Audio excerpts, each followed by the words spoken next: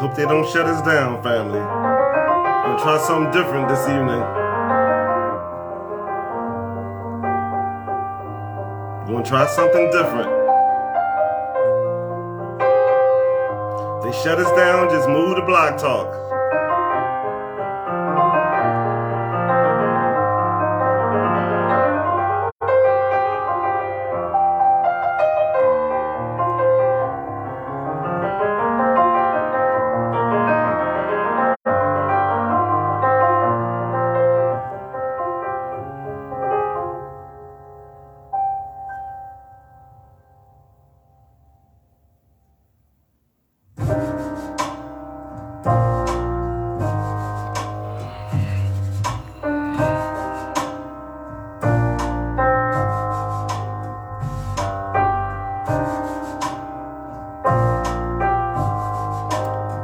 Hope this holds up, family.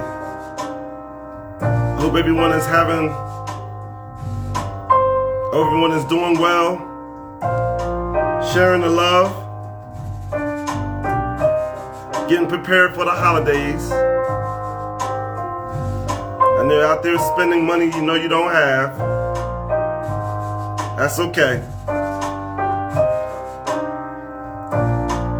So this is the Know Your Right show, and I'm your host, Terris Strength, on air now from Lagos, Nigeria.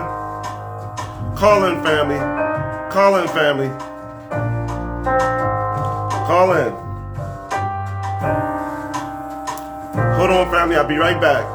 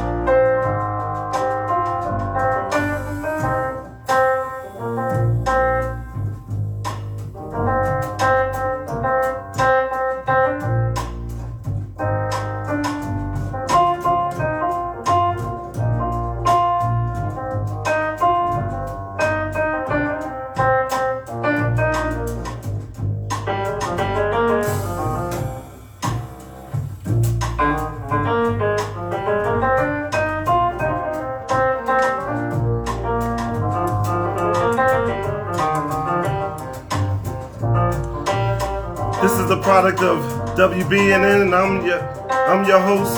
This is the Know Your Right show, and I'm your host, Terris Strength. On air now from Lagos, Nigeria. Family, call in 516-453-9133. Press 1 to join the conversation. And of course, this is brought to you by Ngozi Time Multimedia. So give us a call, family. A call in. Tonight, the topic of the show is spirituality, a new perspective, the curious case of Doris, interview with Joe Pezzato. So this is a metaphysical show of what was going on in the Pezzato family.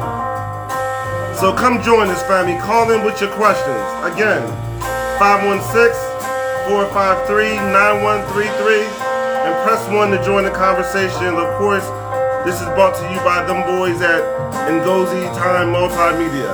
So call in, family. So we're going to take a look at this story that came out of nowhere. Actually from my son. And so we're going to delve into it a little bit tonight and see what was going on with the Pezzato family. What was going on? What was going on with Doris? So call in, family. Please, call in. 516-453-9133. Press 1 to join the conversation. Call in, family. Spirituality, a new perspective, the curious case of Doris, interview with Joe Pezzato. So he's on here this evening, family. We're going to find out about him and his story. This is a beautiful story right before the holidays. You know, in life. Yes, thanks for joining the show, Mo. Yes, great topic. You know, sometimes in life when we're younger, you know, things are going on that we don't understand. We're not ready to understand. The people around us don't understand what's going on. And people think that you're just strange. You know, and that's all an aspect of life. You know, that's all about growing up and changing your perspective. So tonight, this is that type of story. We're going to delve in a little bit and go on the ride with the Pezzato family and see what we can glean from that. So come and join us, family. Come and join us as we look into this, the curious case of Doris. The curious case of Doris. So it's 9/11 right now. All right. So let's talk a little bit about forensic as we get into this.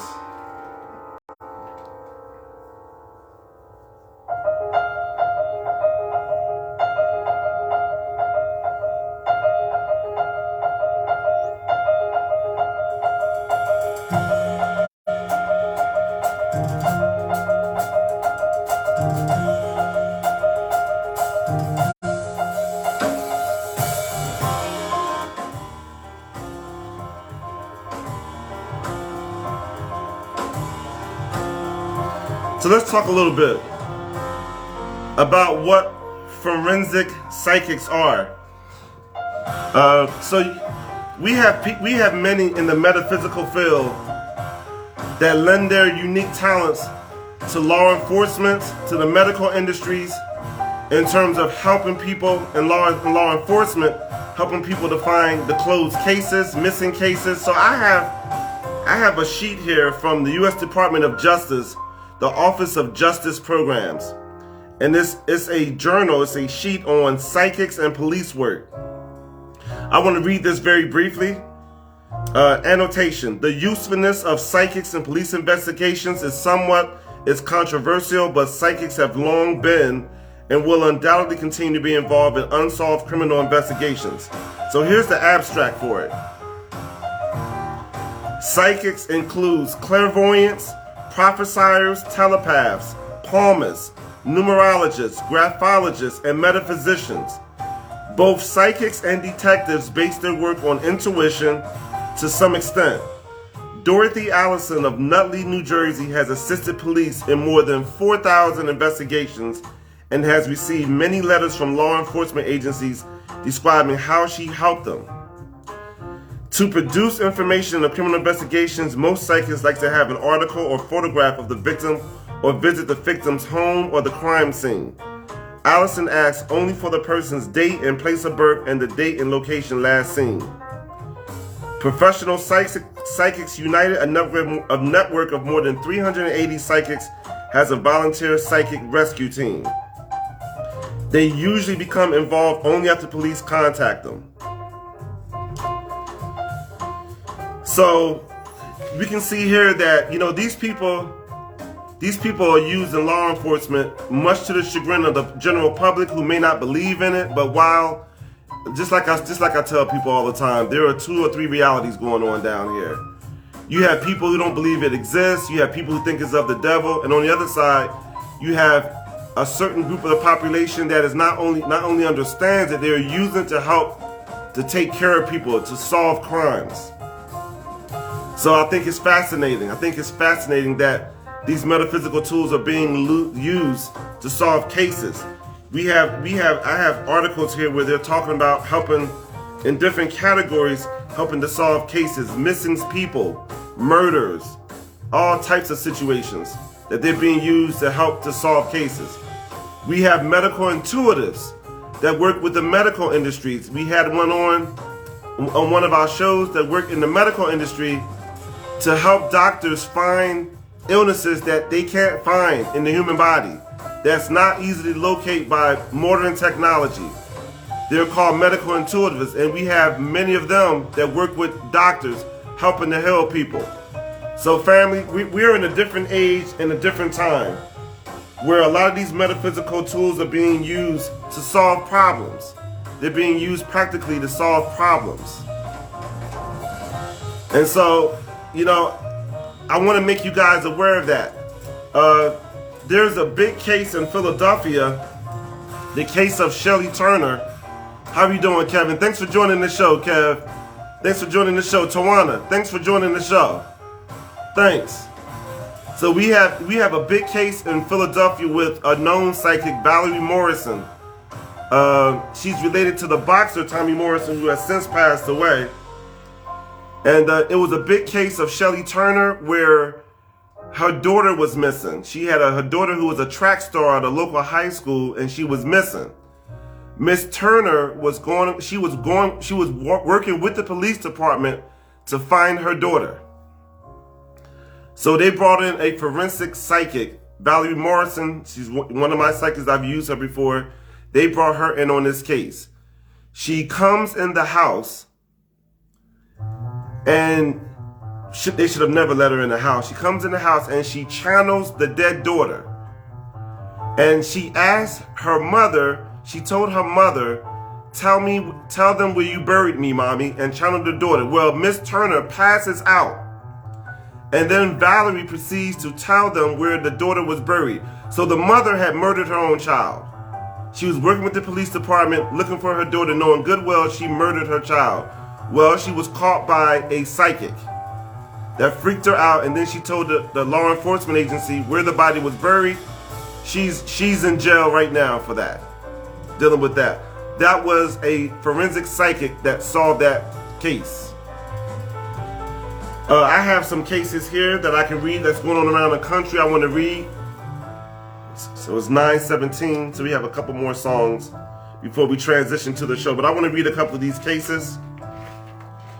This is the case of Christy Robinette, and she finds Ashley Howley.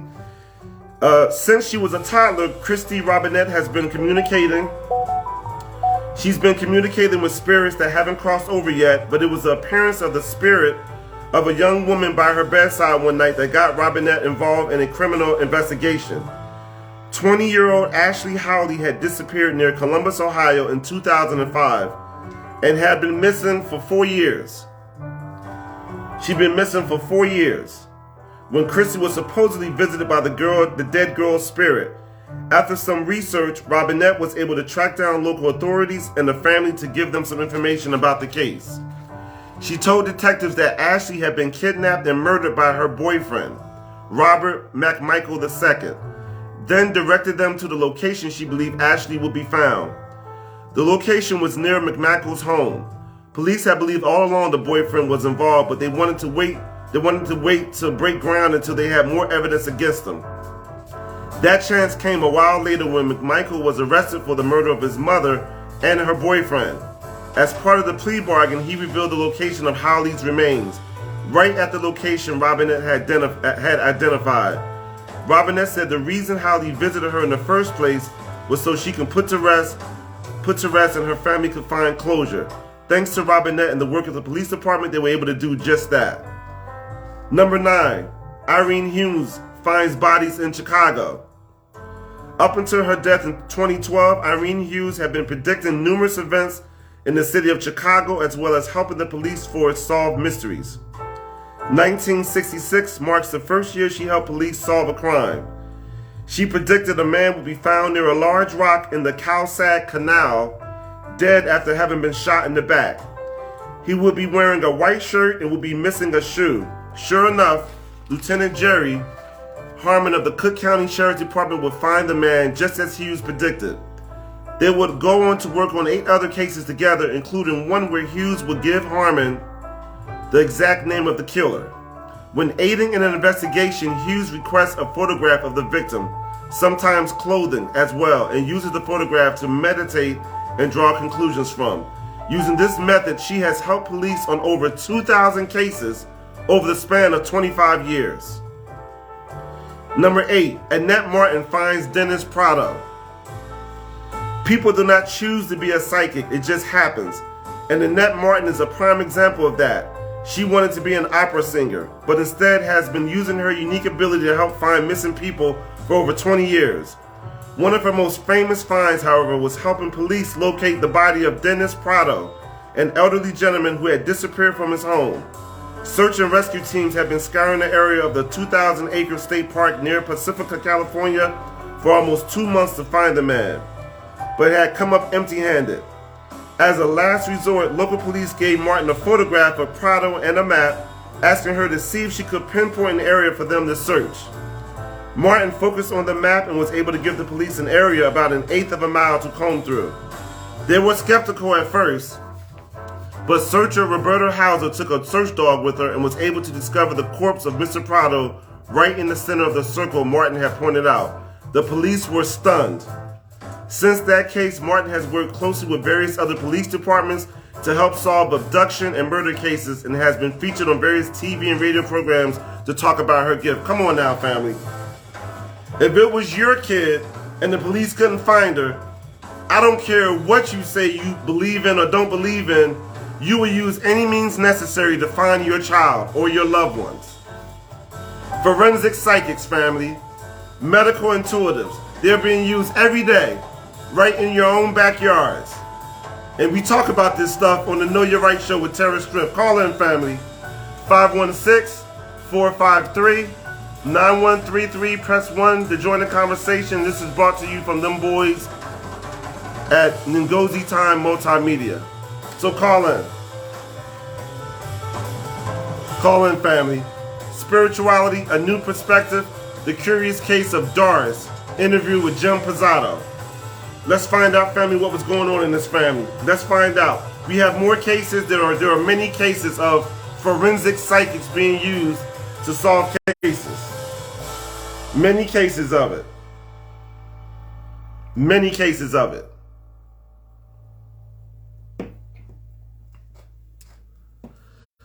So call in, family. 516-453-9133. Press 1 to join the conversation. And of course, this is brought to you by them boys at Looking Glass Entertainment. Call in, family.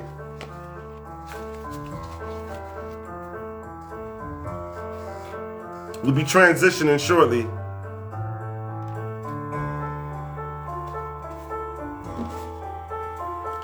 So yeah, so we have all types of metaphysical things going on down here, family. It's not just about, seeking for your loved ones. This stuff is being used to solve crimes, to solve cases, to find medical maladies that we can't locate with modern equipment.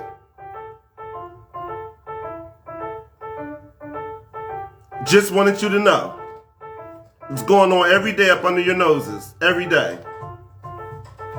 So join us this evening for The Curious Case of Doris. Interview with Joe Pezzato. Come join us on the Know Your Right show. Come on, family. Let's hope they don't shut us down tonight.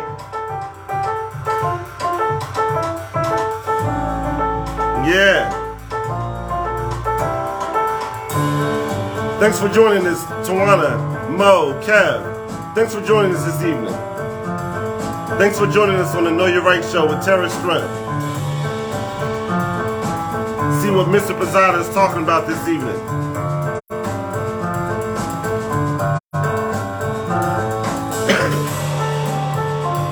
Yes.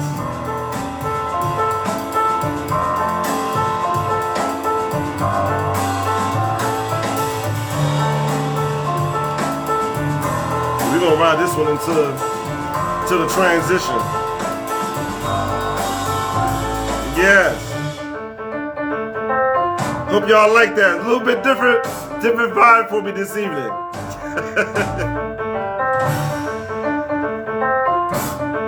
Yes. So thanks for joining us, Tawana, Mo, Kev. Thanks for joining us this evening.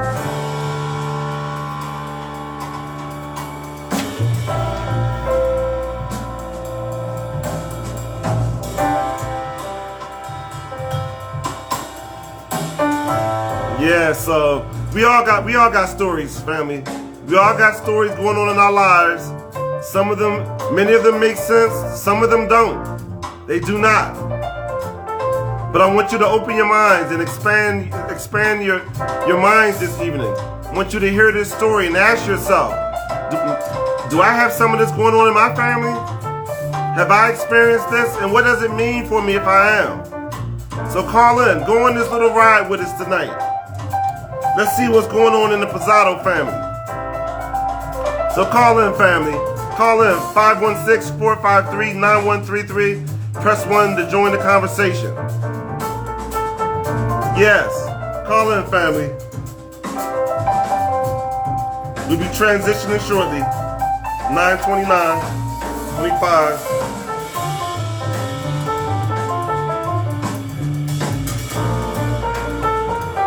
Yeah.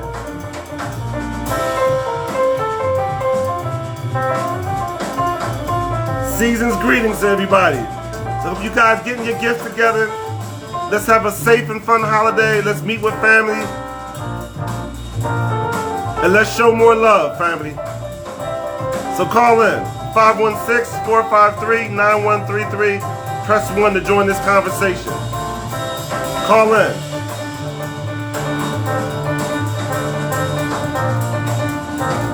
Yeah.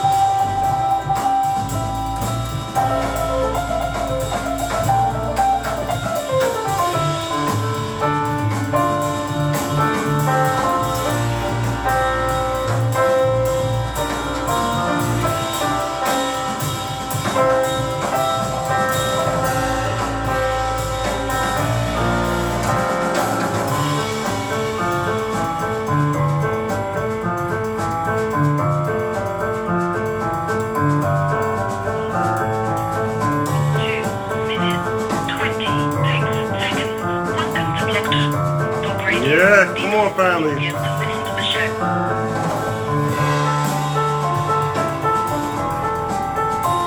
Yeah. Call in, family.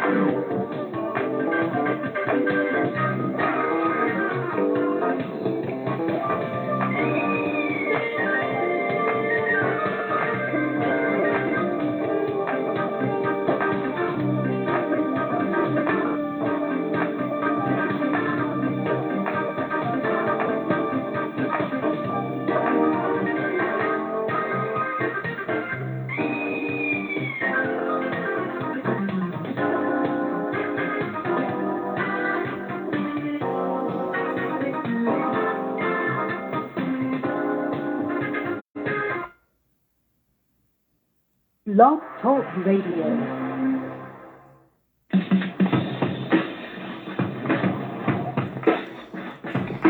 Light beer shouldn't taste like water. Miller Lite has more taste and only 96 calories. It's Miller time.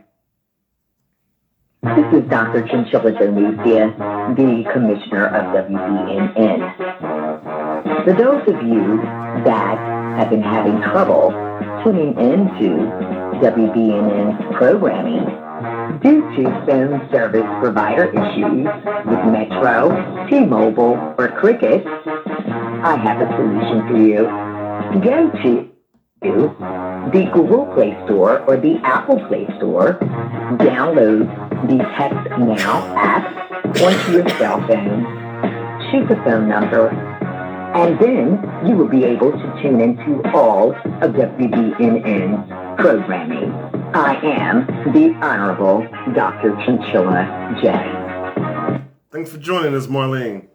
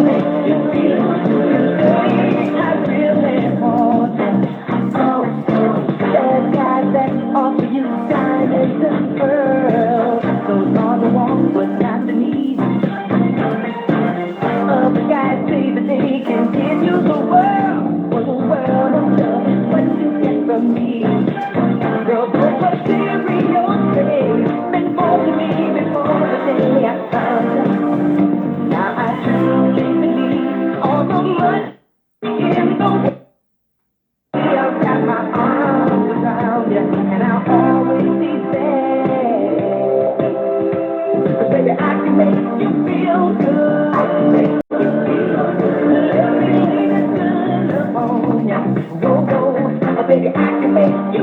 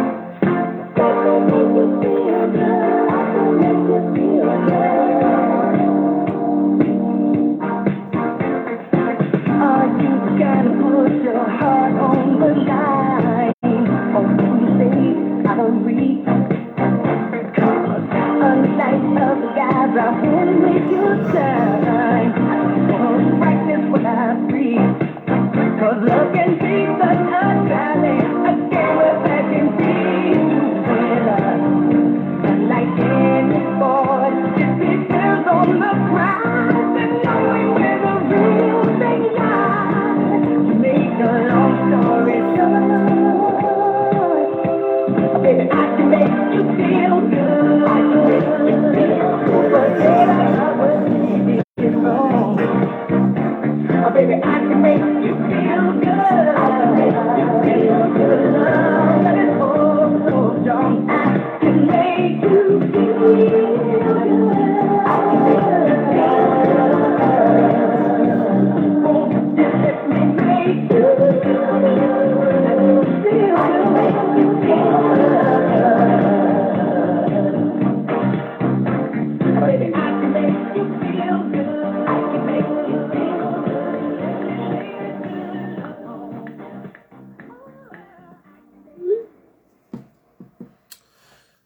Thanks for that, Brother O. This is the product of WBNN. This is Know Your Rights, and I'm your host, Terris Strength, on air now from Lagos, Nigeria. Call-in family, 516-453-9133. Press 1 to join the conversation. And of course, this is brought to you by Ngozi Time Multimedia. Before I begin, I would like to thank Brother Oladeli and the O&E Dynasty family for giving me the opportunity to share my story and my unusual perspective. The topic of the show this evening is spirituality, a new perspective. The curious case of Doris, interview with Joe Pezzato. I'm going to read a couple of things before we get started by one of my favorites, Till Swan. We suppress, reject, deny, and disown the aspects that make us vulnerable or get us disapproved of in this world. By doing this, they become subconscious. They are buried outside of our awareness, and we don't know they even exist, even though they tend to be visible to other people around us. People ask me sometimes how I think spirituality practically benefits people's lives. If I had to whittle it down to one answer, I would say this. By subscribing to spirituality, you must acknowledge that your life is bigger than this life. And in the best and in the worst of it, this knowing is like a North Star in the uncharted waters of your life. If you see that star, you know that your head is above water. And those two sayings were by Till Swan. All right, family. I want to thank everyone for logging in this evening. My Facebook family and the internet family that we have all across the world, 15 to 16 million plus. I want to thank you for joining this case. We have an unusual story this evening. It's almost like a love story of sorts, of a situation where a young child or a young man was seeing things that he didn't understand and he had questions about it. And so the whole story is unusual. How Mr. Pezzato ended up in my life, the unusual circumstances of that, and we're going to talk about that tonight. So before we get started, I just want to tell everybody, be safe for the holidays. I will see you guys next year, but be safe, enjoy your holidays, have a good time, go love up on your families. Remember to tell as many people as you can that you love them, and it's important because you don't know how long they're going to be in this room and how long they're going to be around. So make sure you hug up on as many people as you can and try to show them love. And so it's at this time of year that we tend to want to do that and let it not just be about getting something, but about what you can give. All right, so let's get started with this. Let's see where we are, and let's get started. Mr. Pezzato, are you there? Yes, Terris Strength. How are you doing tonight? I'm doing great. Thanks for joining us. All right. Thank you. Yes. So this is a great before the holiday story, and hopefully we're gonna find some things out. This evening. As you can see on my pre-show, I was talking about forensic psychics and medical intuitives and how they help heal this world and solve problems and crimes and things like that. Just because people don't believe that these things exist, not only do they exist, they are helping to heal hearts and to solve problems. So the first question I want to ask you is, how did you and my son end up talking about this in the first place? Yeah, it's a curious little story on that too. Yes. Well, actually, your son is sorry. He was at my job and at our work, and they were training him on my position at work. Okay. To help him in his position, and we started talking, and obviously we spent 2 weeks together doing that. And he was telling me about how he was trying to find a car. So he said my dad was trying to help me find a car, and I basically dropped in and I said, yeah, that's good, so your dad's got wisdom. They're the right kind of people to talk to when you're trying to find a good car, And one thing just led to another, and we started talking about each other's family, and he had told me what you did and your show, and I said, well, that's interesting, and I told him about my mother. being a medium and a psychic and all those type of things. And he said, well, my dad would probably want to meet you. And then one day he came in and said, I know, right? It's a very funny story now you think about it. But it is funny. I'm very happy that it happened because it helped me quite a bit. This was something that I've always talked about. And even like talking to Asar about it was like a total stranger at some point there. And I always brought it up because my mother was very special to me. But he said, would you mind if I gave your dad your number? And I said, no, absolutely not. Go ahead. And then here we are. and we're talking today. So it sounds like this whole topic in your family was a mixed bag of sorts. It seems like it was shrouded in mystery, and the family as a whole. I mean, secrecy. Yes, a lot of secrets, and yeah. But to you, being, I think the youngest, you said, you loved your mom. Yeah. I mean, I think everybody did, but we don't always love our parents in the same way. It's always complicated. Right. It can be very complicated with family. And so when when I first talked, go ahead. I was just going to say, yeah, absolutely. You're absolutely correct. It's, my mom was super special to me, just like most moms are super special to everyone. So, yeah, go ahead if you wanted to finish. Yeah, so tell the listening audience a little bit more about yourself and who you are and why this meant so much to you. Yeah, if you don't mind. Yeah, well, obviously my name is Jim Pezzato. I'm 58 years old. I was born. I should say, I have three children, 2 daughters and a son, Joseph, Missy, and Leah.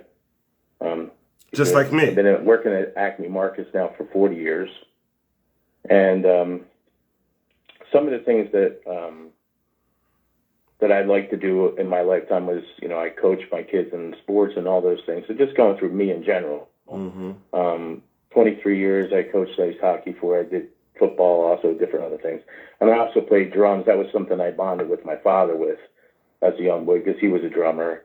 So I played drums my whole life. So they're some of the things. And I'm also a pretty religious person also. That's basically me in a nutshell, if you want to know where I'm at,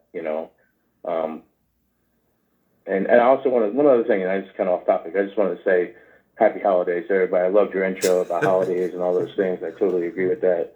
Anybody can understand that if you've lost someone and understanding that you should be, reaching out this time of the year to make sure that you're extra special with those people because you never know when you're not going to see them again. Possibly. Absolutely. All right. So, okay. So I guess you would consider yourself an ordinary guy with an extraordinary story. Tell me a little bit about your mother, Doris Pezzato, and who she was, because it sounds like it was a complicated story, with your mother. It was a complicated story. It is quite a bit. And like I said, so I'm one of 7 children. I'm the youngest. The next closest sibling to me is my brother, who's 7 years older than me. My oldest brother is 20 years older than me. So I kind of lived a different life than a lot of my other brothers and sisters with my mother. So basically, my mom, at the age of 12 years old. Well, let me just first go through this. I'm sorry. I want to give my grandparents, her mother and father, Clara Chu and Ralph Chu, and she also had 2 brothers and a sister. Ralph was her one brother, and Earl and Anna was her sister. She lost her brother in 1944. In World War II, her brother Earl, when she was 12 years old. And I'm sorry if I get emotional with this. It's something that when you try to talk about these things, I kind of get upset about them because I think about my mom consistently. The more I learned about her life and what she went through, and what my grandmother also went through by losing her son in the war. And I think that was the start. But my mother, at age 12, lost her older brother, and obviously that's devastating at 12 years old.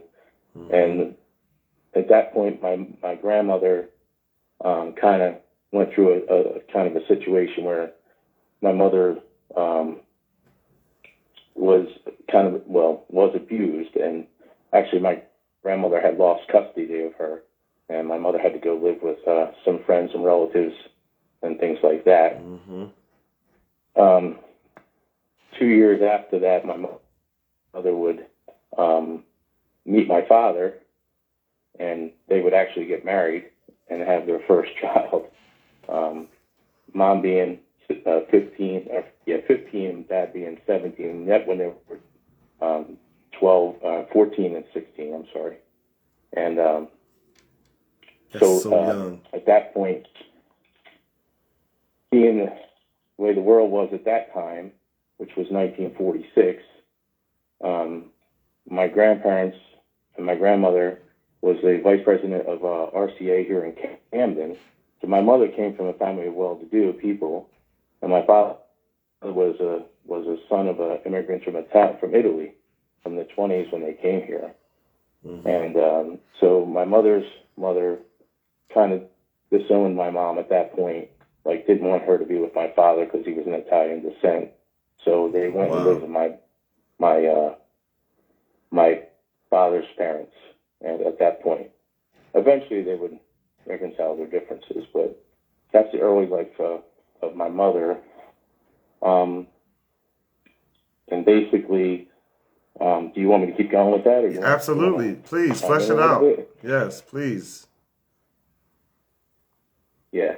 So basically, as my mother goes up and goes through her process with having her first child with my father living there, it seems to be that when my mother was, went through all that abusiveness, my grandmother, I think that might have been something that, triggered my mom later on in life to have a situation where she also had a breakdown right after I was kind of born, and at that time they diagnosed her with schizophrenia and stuff like that. So she was put in an institution for a period of time for that, and so I didn't get to see my mother till a little bit later in my life, not super late, but a little bit later, and so basically,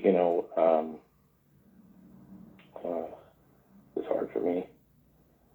And these stories, you get them at my age, at that time, they come later. They're not stories that are being told to me when I'm 5 or 6 or 7 years old, even when I finally, my mother and those type of things. And one of the things you have to understand is that my relationship with my mother when I got to, that 7-year-old area, 6, 7 years old, was a very good one. She was a very, beautiful, loving woman to me. She taught me how to play baseball. That was her number one thing. Like her father and her were very close when she was younger, to the point where he taught her how to play baseball, to the point where he literally had put her on a boys team, cut her hair when she was a younger girl, and she played ball. My dad didn't play any sports. My mother taught me all those things. So as growing up, I didn't find out other things till later, and kind of takes me into the next part, which is where we're going to get to eventually, in talking about these things that were going on. But I just want to kind of give you an idea, like what my mother went through when I got to know her as a child, a young child. She was a star in my life. She was great. She was like everything to me. And that was definitely we had a great relationship. I'm sorry, go ahead. No, and that was definitely a different time. You said 1946, right? Well, that's when it all started. Yeah, when they first had their first child, 1946. So I have, all my brothers and sisters before that. My brother was born in 46, and then basically periodically 2 years every year after that is where they went until they got to me. Maybe my one brother might be 3 years apart from my sister Evelyn. So yeah. So every 2 years they were having children. right. Through that part, Right. so they, got to me, and I was the last one. All right, so I just wanted to kind of let everyone know that that's where the story is for me, leading into the next part of the story, which we're going to talk about. We're going to talk about in a minute. We have a track next, and thanks for sharing that, Mr. Pezzato. I know it's tough. So I'm gonna give you a little bit of time to get yourself together. We have a track next by DJ Legend, Brother O. Brother, what you got for us? Muted.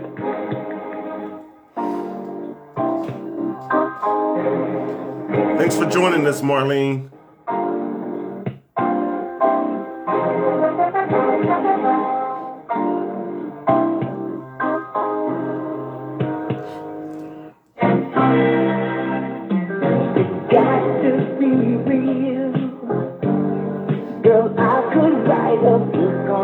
Making me feel I know I'll never find another who could match the love you're giving to me.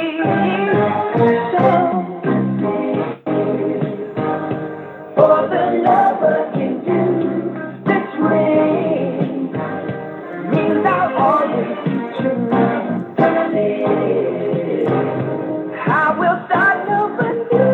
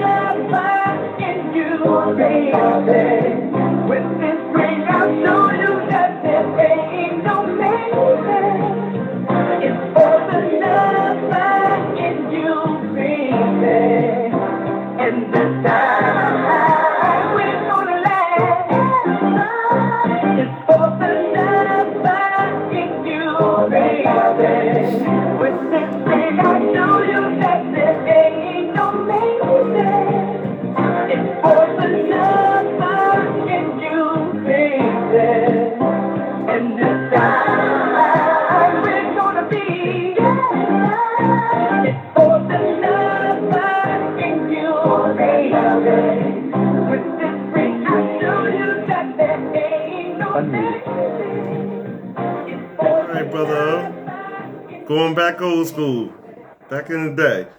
All right. So, Mr. Pezzato, when did you know that your mother has special gifts? How did you find out? And do you have any examples of that?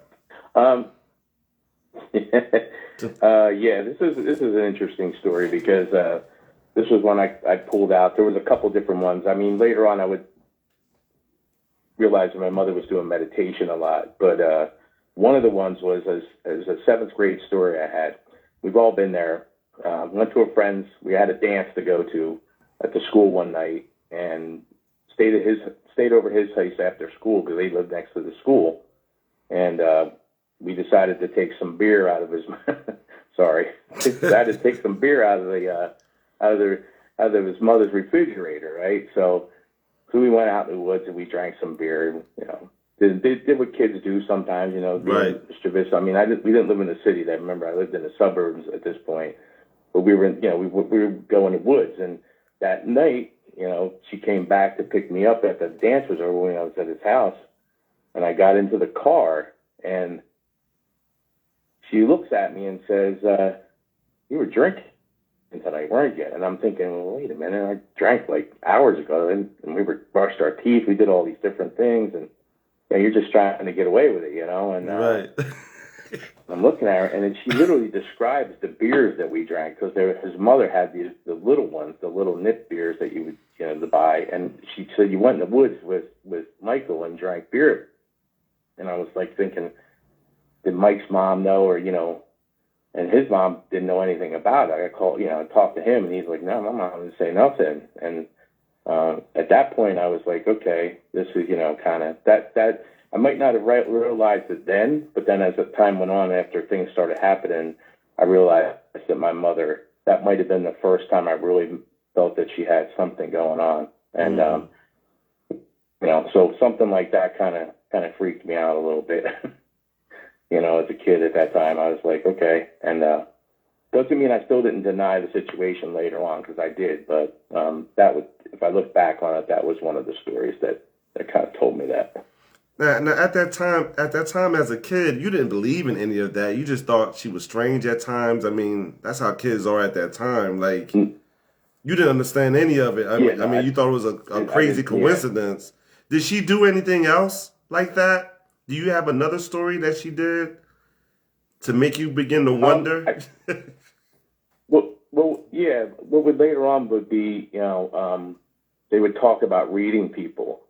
And my oldest sister, Claire, when they would have, they would play penny poker and stuff like that at the house. When, when you have that many siblings, everybody's coming on a Sunday dinner, things are going on, you know what I mean? Right. And they would talk about, my mother would read certain people, like my sister would bring a friend and my mother would read that person.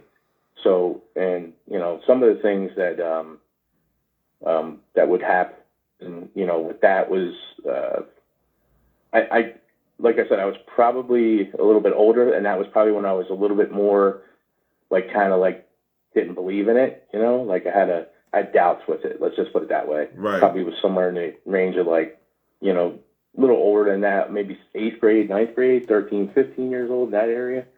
But at that point, the Thursday, the things that we're going to get ready to talk about were already going on anyway. So I just didn't know they were going on at that time, and till much later. So yeah, there was a couple incidents like that, where I would see it and be like, well, maybe, whatever. I never doubted it quite a bit, actually, when I was younger. Right. But when I look back upon it, then I realized that there were real things that were going on. I'll never get those years back with my mom when I would tell her, you're crazy. That's not the real thing. I didn't believe it. Right. And now I felt foolish later on. Especially when the way everything turned out in the end. So Right. yeah. Okay. So tell us about these meetings that were going on that has been the whole subject of controversy within the Pezzato family. What was going on? Yeah. What was the nature of them? Well, basically, like it was every Thursday night. You know, as I was a boy, my parents would go out to dinner, and the meetings. Well, I can tell you now that they started somewhere. I originally thought they were in the 60s, but the more I talked to, I recently talked to someone else that I hadn't been able to get in touch with, and they expressed it was more like the 70s, like early 70s, where they started doing this. And the meetings were basically every Thursday night took place. And you got to remember, this was held very secretive. Like this was not put out in the open that they were doing these things, because there was prominent people that were involved with it. And I guess the same way I was doubting certain things, I'm sure a lot of other people were doubting it too at the time. And so basically, the meetings were placed in like I said, 70s to mid 80s, somewhere in there. Was when my mother stopped, somewhere around 86. My mom, I think, was the last one. She was done with that. Started in the mid to early 70s. The meetings took place with 10 people. From what I understand from this person who I recently have spoken out with, and also my sister, 10 people involved at the meetings most of the time, 4 doctors, 2 professors, 2 mediums, and 2 statisticians. The statisticians were just the 2 people that were taking notes during these meetings. And not necessarily both were there at the same time, but there was always someone there to do documentation on what was going on. And basically what they were studying was forms of cancer. And so the 2 main doctors there, I can say their names, Dr. Ed and Dr. K were their names. Mm-hmm. And you want me to go into the Dr. Ed situation? Yes. For my mother? Please. I know I didn't talk about that too much. Please. Would you rather me talk about that right now? Please. Yeah. Oh, I'm sorry. I didn't hear you. So Dr. Ed was somebody special with my mom when this is where I was talking about when she went into the institution for a period of time. Mm-hmm. And he was the one who helped my mother quite a bit. My mother was pretty much diagnosed with schizophrenia. And but my mother had expressed to me later that she had always heard voices in her mind and in her head when she was younger also. And Dr. Ed kind of picked up on this, thinking that you might not have really been what they thought you were. More so you had something going on with hearing those things in your mind and hearing those things in your head. Mm-hmm. Were actually like people from the other side possibly contacting through my mother. So he was the one who originally started this, and that's where he was part of the meeting. He was a big part of the meeting, him and Dr. K. So he helped my mother get out of that institution as a doctor, and he was also a primary doctor for her, and actually was a primary doctor later on for me. I didn't know this was all. He was actually he took care of me actually too. Mm-hmm. So in his practice, so he was a big part of this, and one of the reasons why I can speak about this is a lot of these people are no longer with us. Maybe spiritually they are, but in the physical sense here on earth, they're not with us anymore. So otherwise, I would never talk about it, for that reason. But he was the part of my mother that helped her get through all this, and really, in my father's opinion, saved my mother's life at that time when she was going through it, because she had undergone many shock treatments under the institution she was at in the late 60s when this was happening, mid to late 60s, and that's what they used on people back then quite a bit. So, and so, like I said, when my mom had a rough life, she had a rough life. There's no doubt about that. So just to give that perspective a little bit for, knowing that Dr. Ed and Dr. K were there. All right. One of the Go ahead. I'm sorry. Did you have a question? Yeah, I do. You know what? We have a caller in the queue right now. Hold that thought. And don't forget where you're at. Okay. We have a caller 1 in the queue right now. Caller 1, who am I speaking with? You're on the Know Your Right show with Terris Strength. Hello? Is that me? Is that me? Okay. Hello, who is this? Hello. Hello? Hi, is that me or is it someone else? No, is this Jerry? Sounded like Jerry. Who's this? Ava? Who am I? Are you talking to me? I'm talking to you. I'm talking to you, whoever you... Is this Ava? Okay, well, it is Ava. How are you doing? I'm doing great. How are you doing, Ava? I was like, is she there? I'm a little under the weather. I'm still healing, but I had to call into your show, and I'm so glad I did because I connected with your guest right away. First of all, I got a couple things to share with you. First of all, shoot. Terris, I'm so proud and happy and all the great things that you're doing. So keeping Jersey in the house. Jim, the moment you started talking, we connected. And I think it was so interesting about how you spoke with Terris's son because you were sort of like a mentor for him for 2 weeks. And it's kind of interesting that he had the manner to say to you, is it okay if I ask my dad, if I give my dad your number? And that says a lot about you, Terris. So we connected right there. But I got to share this story with you because as you're talking about the gifts that were in your family, to me, Yes. they were in my family too, still are. And I think some stronger than others, sometimes stronger than other times. But I honestly believe that it's a whole energy thing. And I believe we are made more aware of it as we get older, and I've said this before. But I just find it so interesting how bits and pieces of your story connected to my family, which is just so weird. My grandmother was born in 1900. She had her first child at 15, like your mom, or your grandmom, and her husband was Italian immigrant, converted to Judaism when he married my Austrian Jewish grandmother. And he didn't even speak any English, although my grandmother spoke many languages. So I always thought to myself, how did they ever get along? He didn't even speak English. I never met him. He died just about a month before I was born. But my mother wanted to be a dancer her whole life, and my grandmother would not let her. And I wound up being in the arts, which is so funny. But she... I was trying to remember what my thoughts were you were talking. She wasn't allowed to date my father initially, not because of an immigrant status, but because he was half gray. His hair was half gray, and she thought he was lying to my mom. So that was kind of interesting. And she also she was the youngest of 5 children, and also lost her brother later in life, but also lost her brother before her. And my grandmother lost several of her children before she eventually passed away.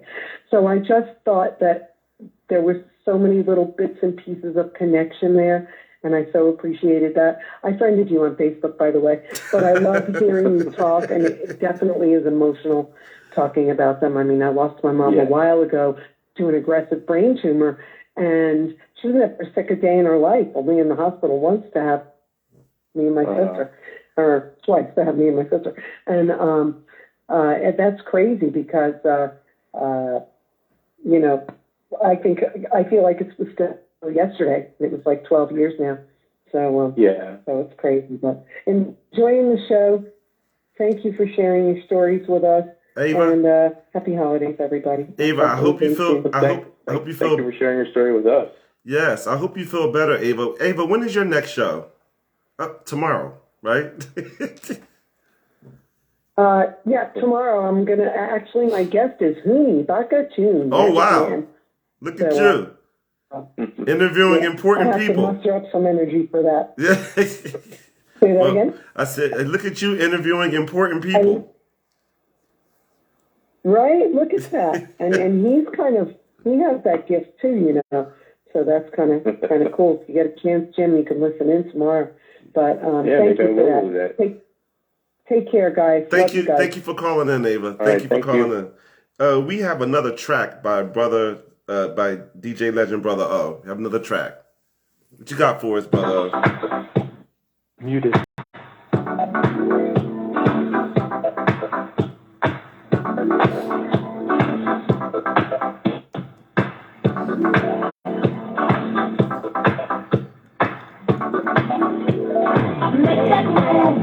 Right now, baby.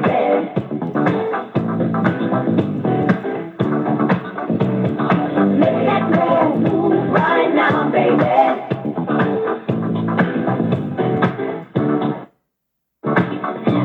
So many times, by holding back, I let the good things pass me by. And then one day I asked myself the reason why. Like an answer from above, you came into my life and showed me one thing for sure.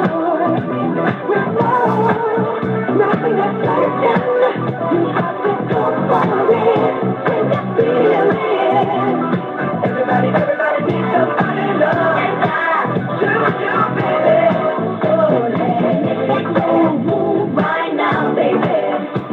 You're only go right once in a lifetime. Let's go move right now, baby.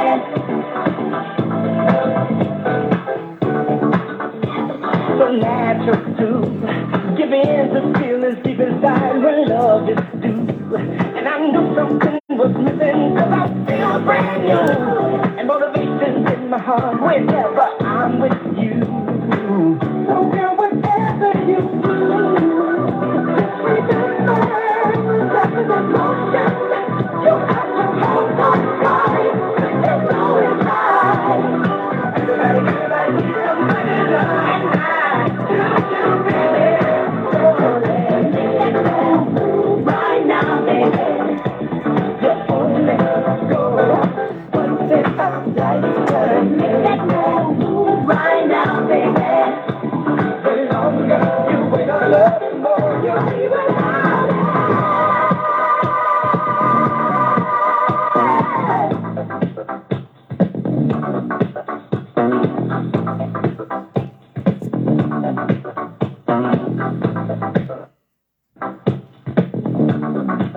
Why don't you make that move? Make that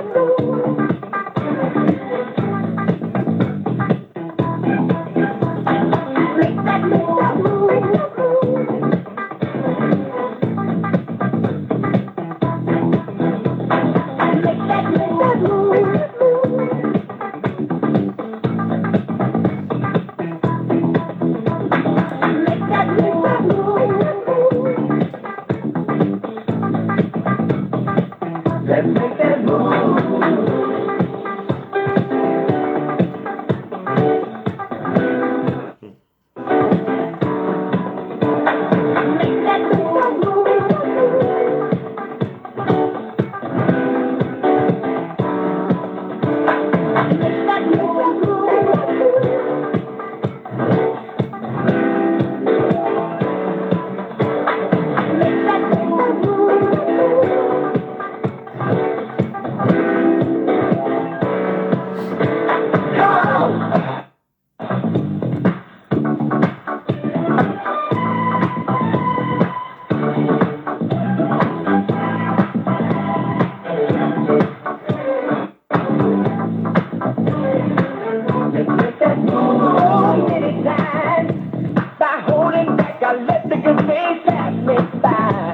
Then one day I asked myself the reason why. Like an instant from above, you came into my life. And that showed me one thing for sure. Nothing is certain. You got to go for it. When you feel it. Everybody needs somebody to love. And I choose you, baby. Let's go right now, baby. You only go once in a lifetime.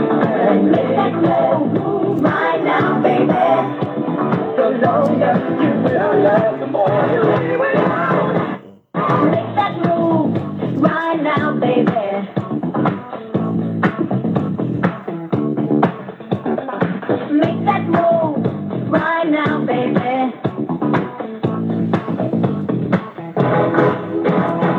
Make that move right now, baby.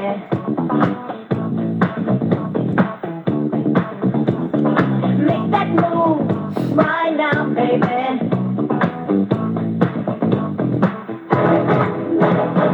Make that move right now, baby. Make that move. You got to make that move, girl. Make that move right now, baby. Come on, baby. Come on, pretty baby. Make that move right now, baby. I just want you to make that move right now. Make that move right now, baby. If you make that move again, you're gonna see that make that move right now, baby.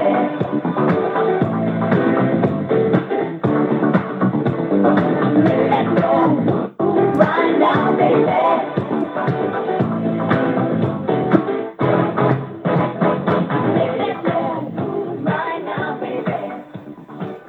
Old school song right there. Thank you for that, brother O. All right, I think we have another caller in the queue. Caller 2, who am I speaking with? You on the Know Your Right show with Terris Strength. Hi, Terris. This is Mo Garman calling from Philadelphia. How are you? I'm doing great. How are you doing, Mo Garman? I'm doing fine. I wanted to call in and support your show. I have a comment, and then I have another announcement after that, if you don't mind. No problem. Your guest is incredible, just so that you know. Hello, sir. Hi, how are you? I'm okay. This is a fantastic topic. I think that psychics get a bad rap in the public eye. There was a case that the police used a psychic, and she solved the case. I can't remember where it was, but it was some time ago, and the psychic investigator told the police that a person that they were searching for was near water. And I don't remember all the details, but they found this person they were searching for near a fountain. Like, that's how accurate they can be.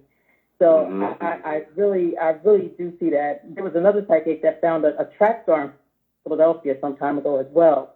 Turned out her mother had murdered her, and the psychic had pinpointed that, like, from the gate. She was like, "Nope, this is a homicide." So that was my little comment there. But are you sitting down, Mr. Strength? I don't know. Maybe I should stand up instead. We'll stand up. I'd like to congratulate International Internet Radio Hall of Fame broadcasting enshrinee Terris Strength on his 48th WBNN all-time connection record, and 8th consecutive with the historic Dorleen Lawrence Championship honoring our late Hall of Famer. How's that? Wow. That's outstanding. Thank you. Standing ovation. Yes. Mr. Pezzato, that's Mr. Pezzato's story. Got me another connection record. Thank you. Thank you, Mo. No, impressive. You're welcome. And when is your next show? When is your next show, Mo? My next show is going to be Friday, December the 30th. Great. Outstanding. Right? I'll have to tune into that. Okay. Thank you. Thank you, Mo. Thanks for calling in. I appreciate it.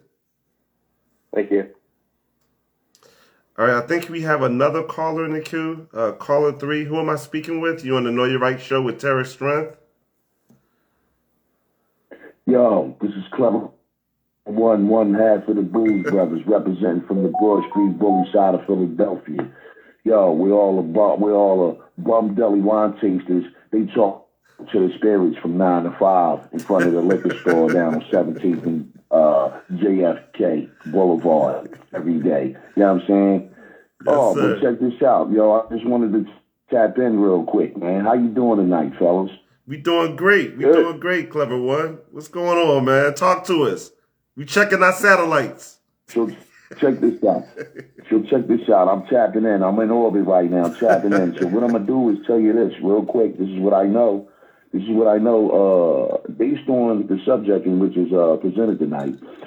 I realize that the soothsayers have ability to talk to, yes, the spirits in which we cannot see and hear, of course, but they live amongst us, believing people, you know what I'm saying? They live amongst us, and verily sometimes they take host of some of us. You know what I mean? And sometimes they linger around us. You know what I mean? Where we can some of those are able to communicate with these gens of these spirits. You know what I mean? And verily, these spirits in which they can communicate with, however, are spirits who communicate with other spirits in which eavesdrop on things from the heavens. You know, verily, all these things are written. I don't know if y'all believe in that or any of that, but yes, everything's written, everything is preordained. And so, like, you know, these abilities that people have, the ones who they communicate with are the spirits who eavesdrop on the heavens. So what they do is they come down with partially truths. I'll give you an example.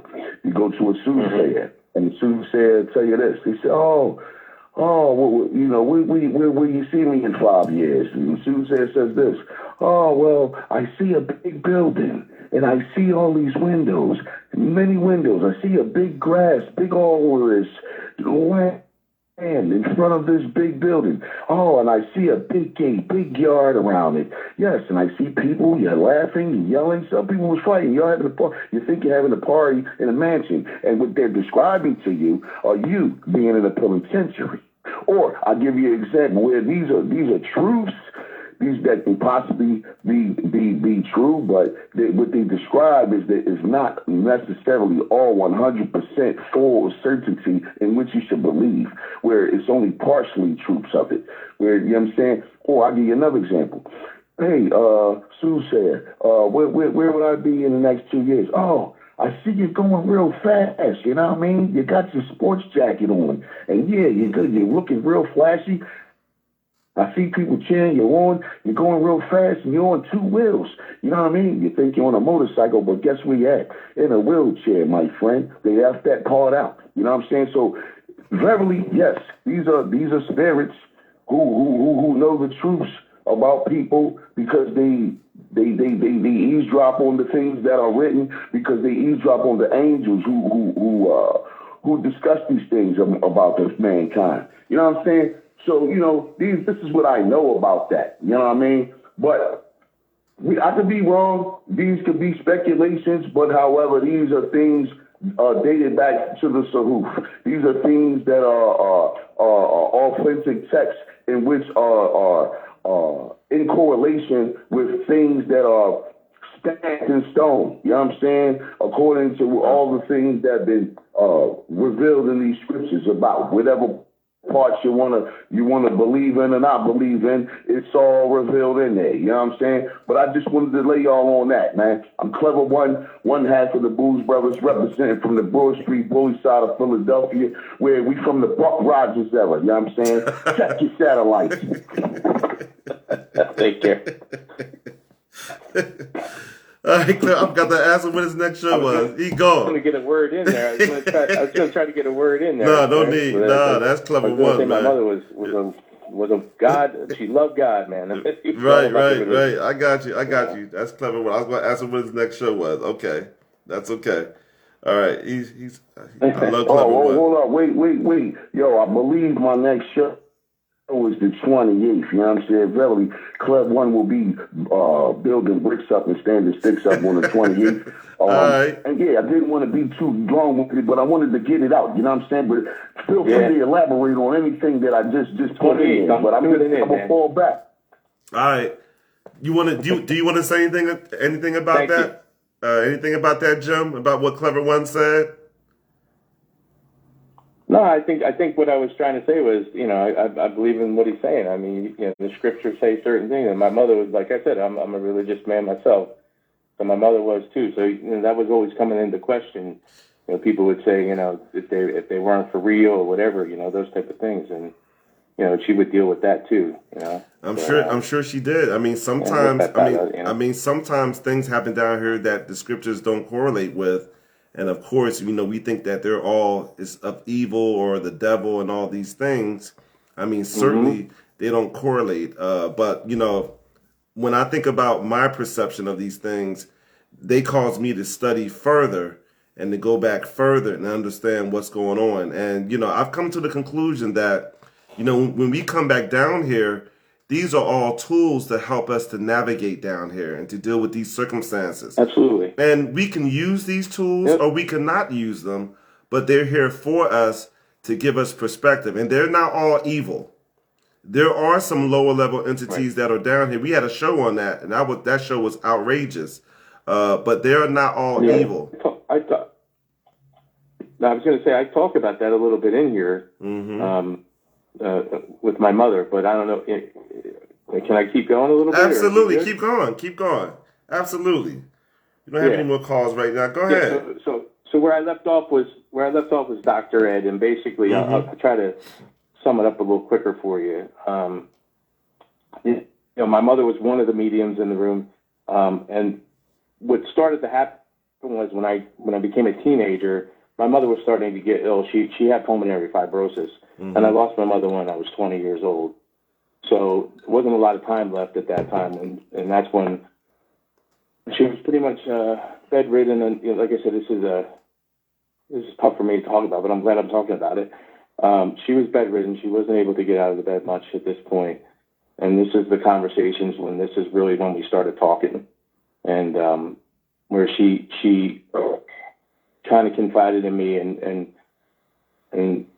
my hardest part of this was that I was dealing with having to, a couple years earlier where I didn't believe in it. And that's when she said, to go into her closet and grab a box that had the transcripts from all these meetings that they had done. I shouldn't say all of them, but there was quite a few there. And we pulled those out, and then we started having conversations regularly about this. Wow. And, basically, I will tell you that the person that she spoke to, her name was Rachel. In these conversations, she would talk about Rachel, and she would have many conversations with her. That was her. Originally, I thought that possibly, I know we had talked before about this, and that she was just a clairvoyant, and that they did use her as an instrument in these meetings that they had. But she also was, Rachel was her person that she did communicate with on the other side. Mm-hmm. And the only thing I ever got out of it that I could remember from her on this was that she was just a young girl. And she was the one that basically my mother did communicate with. And, sorry. And basically what they worked on was anything from medical research, alternative medicines, rather than radiation treatment. They did talk about radiation treatment. And they also dealt with actual people that did come into the meetings that were sick, that would try to be diagnosed by them if there was something that they weren't picking up with on other things. But treatment was a lot of it also, making sure to say, hey, should we treat with radiation, or is that a bad thing? One of the things that this person who I finally got in touch with confirmed to me was that they talked a lot about carrot juice with cancer. And it didn't cure it, but it did help people survive it without having all the radiation issues that they were having with that. So, basically, that's part of it in a nutshell there. And so, if you don't mind me commenting, so it sounded like your mother had medical intuitive abilities and she had clairvoyant abilities. And I think you mentioned to me that she was also a clairaudient, which means she could hear things and all. So Correct. She was very, very talented. Yeah. And they were it seems like they were using all of those gifts to try to help cure people, heal people. She was working in all capacities for those years that they were having those meetings. Yeah. How did she get involved? Yeah, and go ahead. How did she get involved with being a psychic medium? Like who gave her the label, or who actually made it official for them to have researchers and everybody come in? And these meetings went on for a couple of years, right? Yeah, I think, like I said with Dr. Ed, it started with a little bit of hypnosis when she had the issues with, when she was hearing the voices and those type of things. Mm-hmm. And he started working with her. And then he started realizing, and then my mother, actually with the other medium in the room, when she started to work, they were actually training my mother with her, because she would replace her, because she was much older than my mother at the time. Right. So there was work going on between the two of them. And then basically, it was, from what I was understanding, is that, she just started to use the abilities that she had. And one of the things she always said to me was, it wasn't always like perfect every time they went. There was when you opened that up, there was people, other spirits that would come in and speak, and they would be like, okay, we're not, they were looking for Rachel through my mother to speak, or they were looking for someone to speak through my mother to communicate something. And it wasn't always like the person I was talking to today basically said it was maybe a 50-50 shot that they would have that come in through during the meetings. So, and the thing was, my mother was getting sick too in the 80s, and she would still go. That's who my mother was. And even when they were taking her, she was going in a wheelchair at that one point before she was, when she was diagnosed, she was still going there. And it takes a lot out of you to do that, that you're doing it. And she was very tired, but she consistently went. My oldest sister told me that she just said, no, I still want to go, and that's what she did. So yes, it takes a lot of energy to do that type of work. It takes a lot of energy, and she obviously was very talented. Yeah. We have another. Go ahead, Tim. Go ahead. No, go ahead. I'm fine. I was going to say we have another track by Brother O, and we can play this song, and then we come back. We can wrap up. Brother O, what you have for us? You came into my life when I was lost and all alone. No one to call my own. You made me feel alive again. I've been in love before, and you're more than just a friend. I never thought that I would love again, but my heart is begging for you. Oh,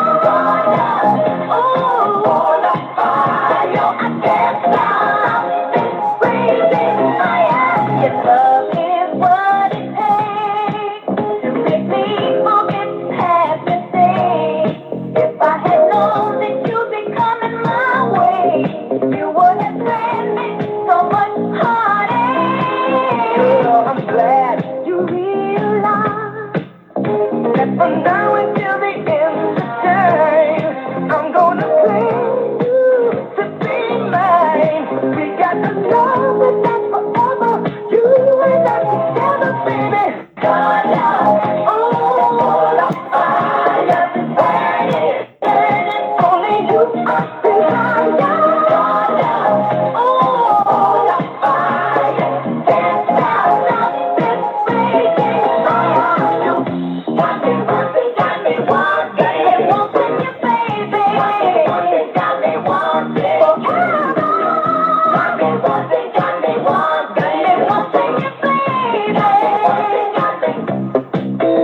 Got me burning with desire, fire. Falling, falling, fire, fire. There's fire, fire. Can't stop this raging fire. God, oh, the fire. Got me burning, burning. You are desire. God, oh, the fire. I can't stop. No need to deny it, ain't no way of hiding your love, your love.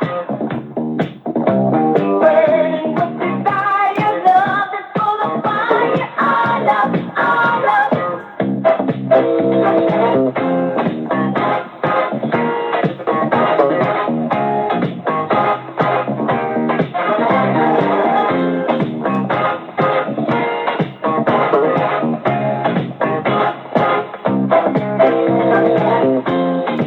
song.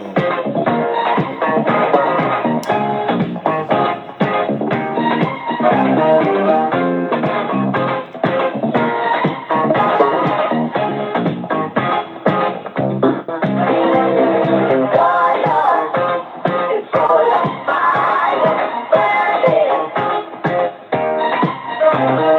God, it's full of fire,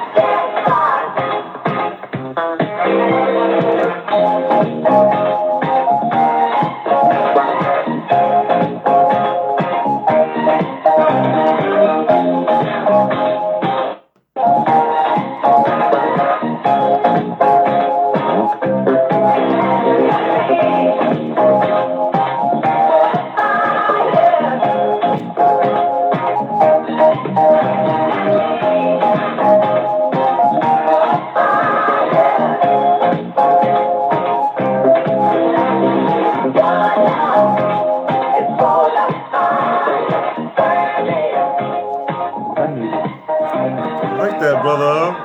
Going back old school. All right. So we have another caller in the queue. Caller 4. Who am I speaking with? You're on the Know Your Right show with Terris Strength. We're on here with Joe Pezzato. Hey, yes. Can I speak to the International Internet Radio Hall of Fame for the class of 2022? Hooney. Can I speak to him, please? Right now, I don't feel worthy. I do not feel worthy. How are you doing, Hooney? Ava Holly says she's interviewing you. I'm enjoying this show so much, man, and honor. First of all, I'll get back to you in a moment. Honor to you, special honored guest, man. Peace and abundant divine blessings on the soul of your mother. I know there's a divine connection between you and your mother that still exists. I appreciate the work in which she incarnated to do, just like I appreciate the work that you have incarnated to do. In fact, I appreciate the work that all of us have incarnated to do. The only thing about it is some people are conscious of it and some people are still in an unconscious state. Right. And when we look at the tug of war, once we get here through a lot of misinformation, it calls a tug of war. But again, I reflect on the great work in which your mother did, sir. It reminds me so much of what happened with me and my opening. See, a lot of people have been, trained to depend on exterior things, and that's good up to a certain point. But the true being born again, for lack of a better word, is when you come into full knowledge of yourself. Now, a lot of us have many different abilities that we're born with. Some people take for granted for certain things. Some people actually reject it. And whether you accept it or reject it, that's up to you as an individual. But what happens is, for a lot of people who choose not to elevate, sometimes it can be real critical at the people who are at the state of elevation. That are very evolved. I just That's want to right. say thank you so much. Keep that divine connection between you and your mother that still exists. See, all of us are energy beings. You cannot destroy energy. So I just want to take time to put that on the plate. And yes, I am also an International Hall of Fame inducted for the class of 2020 as well as for the class of 2022 myself. My travel name is Huni Bakatun, and my pen and stage name is Master Tar Magic Man Haru. I got a show that's coming up. Matter of fact, the next show will be January 12th, and I'll be asking the question, when it comes to the game of life, which position are you playing? Thank you. That's the sounds outstanding show. Man. Thank you very much. Yes, that was the International Internet Radio Hall of Fame broadcasting lifetime achiever, Huni Bakatun. He has outstanding shows, and Ava Holly, I think, is going to interview him tomorrow on her show. So he is definitely one of my mentors on this network, and it's an honor to have him call in and to chime in on this show. I think we have another caller in the queue, caller 5. Who am I speaking with? You're on here with Terris Strength and Joe Pezzato. Peace and blessings to your guest, Sister Bessie. Terrence. Sister Bessie. How are you doing? Yes, you know I'm doing fine. You know I'm the troublemaker. Yes, here we go. To your guest, you're a Christian, am I correct? That is correct. Do you know the story of Saul in the Bible? I can't say I do. No, I do not. Well, I'm going to tell you a little bit about Saul a little bit. Okay. Saul was the king of Israel. He was told by God to go and take another nation out and the king. And God left his spirit. So it worried him. So what he did was he went to a witch. And the witch is called the Witch of Endor, according to the Bible. He went to her because when he talked to God, he did not hear from God. So he disguised himself and went to the witch to raise Samuel, another prophet of God, up from the dead. Because he had done this before God, God's spirit left him. So that story is in 1 Samuel 1 through 25, if you want to look it up. But I'll look it up. the story is telling about him going to some other form to get help rather than God. And Samuel, his spirit was no longer with God. And some other things happened to him because of what he had done. So what do you think about that story? Because the person that he went to was to raise him up from the dead, and he wanted to find out a question that he had tried to question God about. So what do you think about that? I can answer that. Oh. You go ahead first, Jim. You want to answer? Go ahead. Well, first, you know what, Sister Bessie? First of all, go ahead. Go ahead. You go first, Jim. No, you go. I'm okay. Okay. So. Well, I mean, it's. I'm letting you go, Terrence. Yeah, you go. All right. So the first thing about that story that was always fascinating for me was that when he went to the witch, she actually did the deed. She was actually able to speak and communicate, and it did happen. Okay, it did happen. Yeah. Of course, in the Bible, they refer to her as a witch and everything, as a witch, but it did happen. Now, of course, the way the story is told, that he was punished because he did that and he didn't go to God. And, you know, we can go round and round about that perspective, But we got to understand. Go ahead. He lost his kingdom because of what he did. It was given to another person, which was David. He lost his kingdom because of what he did. Yeah, it's a story, Sister Bessie. It's a story. I mean, you can choose. I respect though. Right. You can choose. You can choose to believe the story, or you can choose to see what's going on. It's a story written by a book in time. It's a story,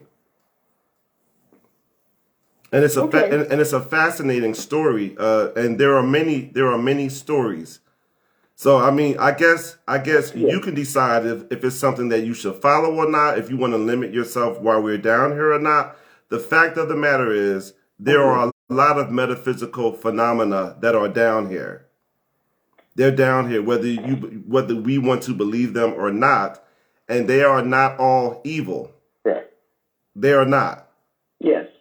But all I want to say, it's amazing a lot of times when I see people that they say that they are Christian, and a lot of times they don't know the stories in the Bible that goes against a certain situation. They don't even know, because many people don't even read to understand what is in there. And there are stories that speak against certain things, but a lot of people are there around the things that are written in there. But I think if you don't mind me interrupting for a second. Yeah, go ahead. I think in my mother's case, my mother, and if we're going to have this conversation, my mother was a very religious woman, and she probably would know this story that you're talking about. I do not myself. I'm not familiar with it. You know, I went through my CCD classes for Catholic school and all those type of things. But I will tell you that this was a struggle in my mother's life, because the conversations that were had with my sisters that are older than me. Remember, I lost my mother at a very young age. When I was this is why this is curious to me, because as much as I can interview all my brothers and sisters about what was going on, a lot of them don't talk about it, some things, you know what I mean, as families do sometimes. So my hardest part of this was trying to find people involved in this meeting thing. And from what I understand from my older sister, this was always a struggle for my mother, because that's why I put in there in the beginning that she was a religious woman. You know, she was a Catholic. Yeah. And she did feel that. You know, she did feel that part of it. So there was certain things. So obviously you're enlightening me now with this story. This may have been the story that made her think that, you know. Absolutely. When she did it. But from what I understood, she could not help that situation. All I know is that my mother was trying to help people, you know. That's what's important. That legacy from my mom is something that I cherish. Absolutely. I totally respect what you're saying. I totally respect it. I understand. Well, I'm enjoying the show. I'm learning a lot. You know, I keep also, but I like to hear both sides of things in life. Absolutely. And this is one of those occasions. And I want to thank you, Terrence, for bringing your guests on the show. I'm enjoying it. My show will be on January the 6th. I'm Sister Bessie, the truth of the troublemaker. Absolutely. Thanks for calling, Sister Bessie. This is the International Internet Radio Hall of Fame broadcasting nominee, Sister Bessie, the truther. Thanks for calling in, Sister Bessie. I think we have another caller in the queue. Caller 6. Who am I speaking with? You on the Know Your Right show with Terris Strength and Joe Pezzato. Hello, Terrence, and hello to your guest. This is Tiana Speaks. How are you? I'm doing great. How are you doing? I'm doing great. I'm loving the show. I want to just first say, I want to say a few things, and then I have a question. First, I kind of relate to his mother, but not on the aspect of speaking to spirits or anything like that. I myself have been blessed with a gift. You know, I know that I come into people's lives with a message. Sometimes I don't know what that message is right away, but a lot of times I come into people's lives when they're headed to a path of destruction. So to help them not get to that path of destruction, you know, sometimes that my message comes through an interaction with them. Sometimes it comes, depending on what it is, you know. And a lot of times people are stubborn or they're arrogant or they just, you know, don't want to succeed. And I'm not saying that I'm perfect and everyone should listen, but I did have a problem a long time ago where people didn't listen, you know, because I'm very empathetic. It's like, man, I don't want to see you go through all this hurt because I care about you. And then I'm going to feel what you feel once it happens. So it was really hard on me. I noticed I had this when I was 17. And I don't know how others describe it, but like a gift, and it's not necessarily a curse, but it's hard, especially when you're in a room with a bunch of people and you feel everybody's energy. Even when I'm in an elevator, I can feel everybody's sadness, everybody's pain. Sometimes I can't take it. I just want to like run out of the elevator. You're an empath. Just read it. Sometimes I can see death. You're an empath. Yeah. Sometimes I can see death. You know what I mean? Like, say it again? I said, I think you're an empath. I didn't hear you. I'm sorry. You're an empath. Oh, it sounds yes, like. definitely. Yeah, definitely. Yeah. You know, sometimes I'm able to see death, but I don't get any messages. My messages come straight from God. Like, you know, straight from God. You know, and sometimes I did have a problem where I'm like, this person's going to think I'm crazy. I went up to people in stores and told them things. And I'm like, I will never forget. And I used to live in a certain building. This guy, I told him about this, and I shared something, how I didn't share a message with someone. He said, when God gives you something, you don't hold that. And I made sure anytime I feel something to tell somebody, you know, it's all about, but sometimes I don't know the approach, you know, and I have to pray about that. But I never forget, I didn't tell this lady at first. And I ended up telling her it was something about her mother. Her mother had passed away. So she already knew this, but it was something she was struggling with. And what I said to her, her eyes lit up. This lady never smiled. She worked at a food place that I used to go to. She never, ever smiled. And I'm like, wow, in that moment, I'm like, I never try to hold on to these messages I have for people, and I do feel blessed. But sometimes it is like overwhelming. It is like a lot of weight on your shoulders, you know. But it's an energy. I do definitely, yeah, I feel it like all around me. I can feel like I see things before they're about to happen. It's not a psychic way. I don't. It's not like that, you know. Sometimes, you know, I make visions and dreams and things like that, or I'll just feel it, you know. I can't really explain it, but I know that a lot of times people who are close to me, they know about it, but people who don't know me, I've actually scared a lot of people because, like, I'm telling them something, but it's whatever God has given me, you know. I have to give it to them, you know, regardless of how they're going to look at me. And so far, the great thing is I've had such a positive reaction, you know, to even strangers who I went up to, and like I remember this lady. I saw her walking in Walmart with her daughter, and it was like, I was supposed to talk to me. It was just like, if you don't go tell this lady this message, I'm taking this right from you. And I'm just like, oh my God, like I'm so nervous. I don't know how to approach her. So I don't remember my first initial words to her, but I went up to her. She was sick, and I gave her the words. I don't remember exactly what they were. It's just like, it just come to me. And her eyes absolutely, she said, thank you so much. She, like, you know, she told me she was struggling. I never asked her, you know, exactly what her sickness is, because whatever is revealed to me, you know, sometimes it's in-depth information, and sometimes it's just surface information, you know. But what I do, I want to ask your guest something, and also you, Terris, as well. So I was raised, you know, and this is not me just passing judgment. It's just honestly a legitimate question. I was absolutely raised, you know, to not believe in psychics or mediums or anything like that, you know. And I want to know, like, what you think about this, you know, about the Bible, you know. When it says, I will condemn people who turn to mediums or psychics and chase after them as though they were prostitutes.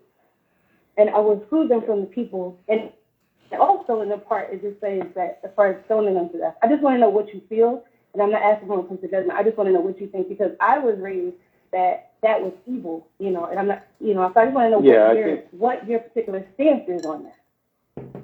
Yeah, I don't know if I took the same position of like an evil part, but I didn't believe in it, you know. And then at the same time, you know, you go to church, you do your things like that as a kid, and sometimes, you know, maybe it doesn't hit you all the way, like I don't feel that faith right away.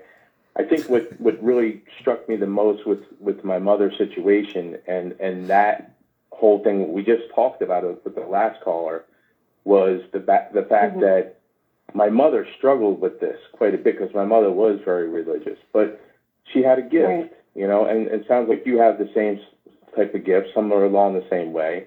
And I think that rather than her, I mean, like, look, she was diagnosed with schizophrenia, but there were voices that she was probably hearing that were just people from, you know, spirits that were roaming, you know, and I understand under the Bible and under the religion, that's probably not normal things to be thinking about. And back in the 60s, that's why some people got put away. They never looked at that. Whereas Dr. Ed, I think his approach was more trying to figure out what was really wrong with him. And like I said, my mother had a lot of shock treatments, you know, like quite a few. And, you know, and that was something that was, you know, hard for me to grasp later on.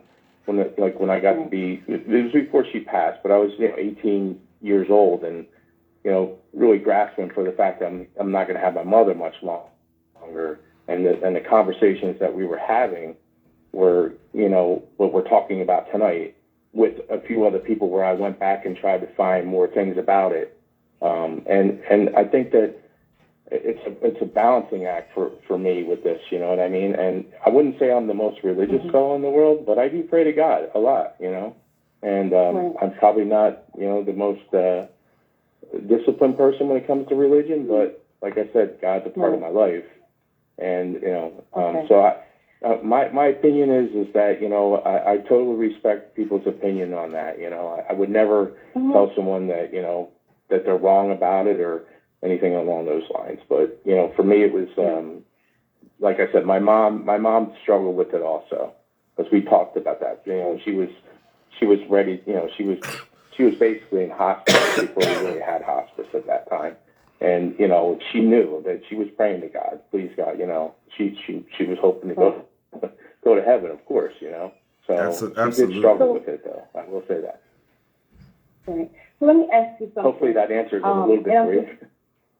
Yeah, it did. It did. But I want to ask you something. And like I said, I'm not coming from a place of judgment. I'm just, you know, curious. And I had to do this with myself. You know, as far as your mother and I having that same gift, mine is a little different. I don't have any, like, spiritual anything like that. It's just, you know, sometimes I pray some things that reveal to me. When somebody's standing in front of me, I can see exactly what they're going through. Yeah, like, so I guess I'm voyant in a sense or clairsentient, but not in the sense of any spirits or anything like that. But what I want to ask you is, and I had to do this with myself, so this is why I'm asking you for something for you to think about, is did you ever explore the other side of whatever you believe? Like, for instance, like, you know, if you believe, like, everything was okay and this is the correct thing as far as, like, what your mother, you know, your mother's gift. Because someone said something to me, you know, and they told me to be careful with the information that I'm giving to people to make sure it's coming from the correct source. So I even checked myself, you know, because at the end of the day, even though I feel like I'm a good individual, that doesn't mean that anything can't sway me without me knowing, you know, because depending on, and that's why I try to keep nothing but good people around me. And if anybody's energy is bad, you know, like around me in the present, you know, I stay away from that, you know. Yeah, I didn't even talk about that, but my mother would speak of that. That when we talk about meditation and the things that she would do to try to channel her Rachel, and that's what we talked about a little bit when I was saying about the meetings, that not every meeting was perfect. You know, it was like maybe 50% they could channel these things in, but you would also get things that weren't great that would come in also, you know, and my mother would talk about those things too.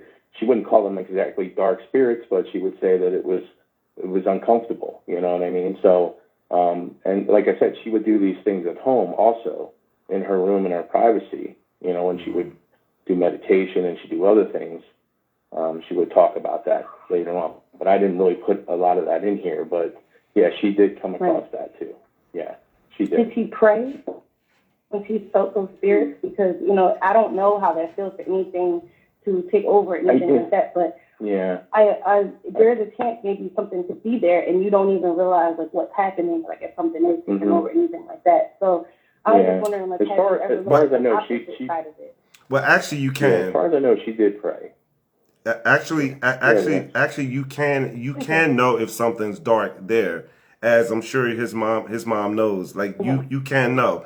Anybody who has that type of gift, because it's all energy, you can tell if something's coming through that shouldn't be coming through because of how it makes you feel. because of how it makes you feel. That's how you know. Okay. Okay? Just like you know that when Okay. you're helping people, you know that you're helping them. They obviously need to hear this. How do you know that? You feel it. You feel it. Mm-hmm. So when there's something, I don't channel anything though. That's it. So I don't know how that. right. It's the same thing. Channel anything. Right. It's the same thing. You can tell when something's dark. To be all honest with you on that real quickly, you have that gift. You just have to hone it. You know, that's what they would talk about. You know, I think that's where my mother was with Dr. Ed. He took her through a Yeah, I process may of have that. it, but I think I'm good on that because I don't I want hear to you. welcome anything that shouldn't be here. You know, I think I understand. that Totally I'm respect thinking that. I'm pretty sure we all have that ability to. We do. You know, I think we do. But yeah, I think I'm good on that one. You know, 'cause I don't want to tap into anything that I'm not supposed to play with, or that I don't have any idea about. You know. Yeah, I appreciate your call. I definitely thank you. Yeah, Well, thank you for answering my questions. I appreciate it. You know, because I don't know anything about that aspect of it. You know, but I'm just curious, and I think wonderful show. Thank you for the enlightenment on everything that you guys have shared, and I appreciate it. I'm the intern host on this network. Yes. My show is December 29th at 9:30 p.m. and I will be talking about truth, pain, validation, and manipulation. And I hope that you tune in. All right. Thank Sounds you. Good. That's Thank our new intern. Thank you, Tiana Speaks. Thanks Happy for calling holidays to in. you. I think we have our final thoughts from Brother O. Brother O.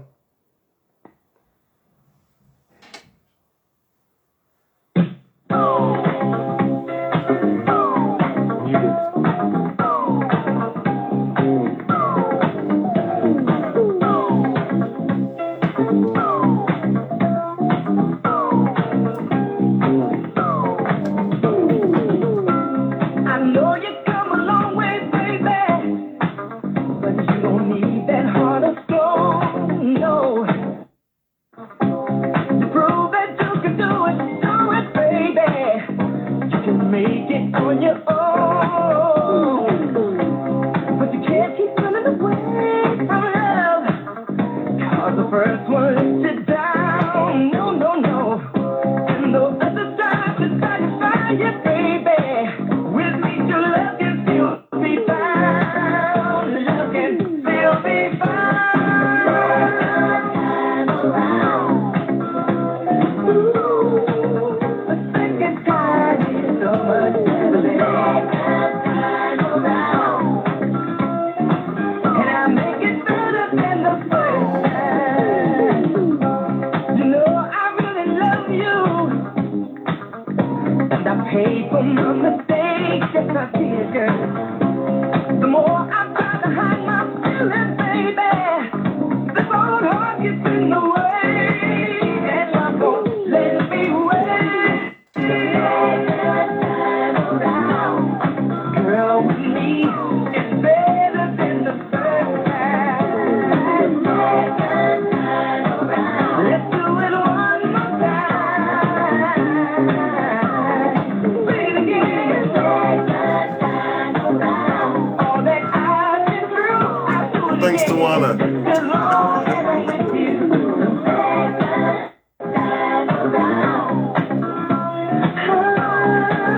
The second time.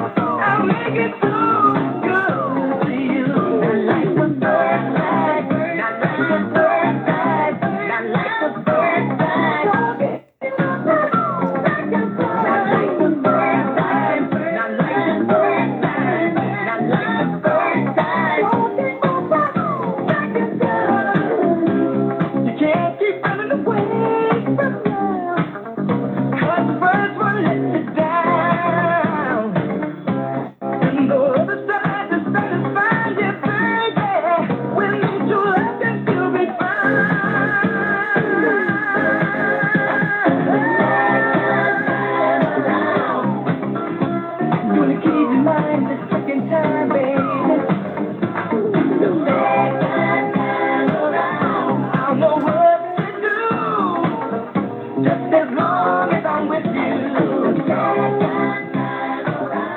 Doing one more time. Wow. Thank you so much, Brother O, for that wonderful music, Shalimar. I used to like Shalimar back in the day, and they're still good. Thank you so much. And wow, what an amazing show tonight, Terris. A very, very interesting show indeed. Wow, a lot was discussed as far as callers talk about religion and spirituality, and your guest, Joe Pezzato.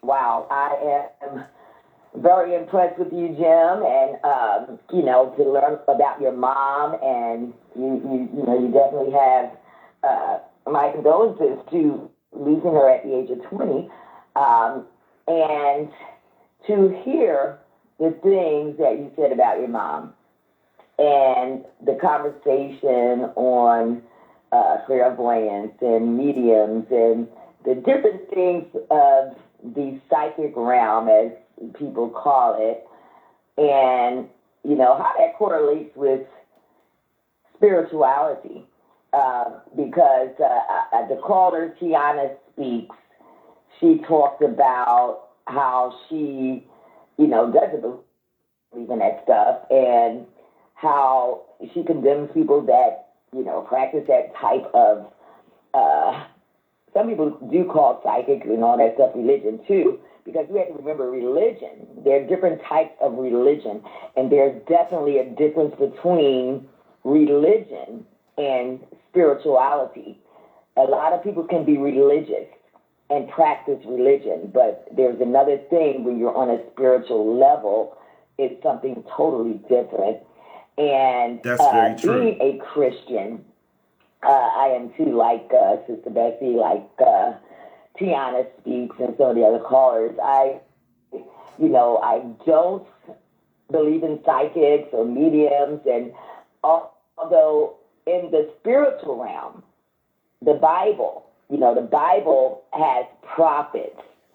The Bible has apostles and different other ministerial positions and spiritual gifts, like the laying hands or the sick, spiritual gifts, casting out of devils, spiritual gifts, speaking in other tongues.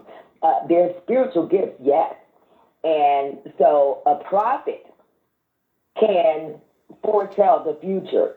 A prophet can tell you all about your past. A prophet can tell you what's going on with you now. And, another gift is the discerning of spirits. And, there's so many other spiritual gifts that, God grants us. And so here's the thing. People that call themselves psychics, some of them see the future. Some of them can tell you about your past and what's going on with you now. The only thing, most psychics are dealing with that from a dark realm instead of in a spiritual realm with God as the head of it all. Because a lot of psychics, they say they believe in a higher power, but that power is not God and definitely not Jesus. But with all that being said, there are gifts. And God is the one that grants these gifts to us. And we have to use them wisely and use them for His glory, not for the profit of man, as we have in the church, they're prophets, and they are out there using the gifts that God gave them for monetary gain, which God never intended to be done. And the psychics out there, they're doing what they do for monetary gain. You have the tarot card readers and, the people with the crystal ball and all of that stuff, and they get paid for what they're doing. But the show, I loved it. It was very, very interesting. I really loved the show.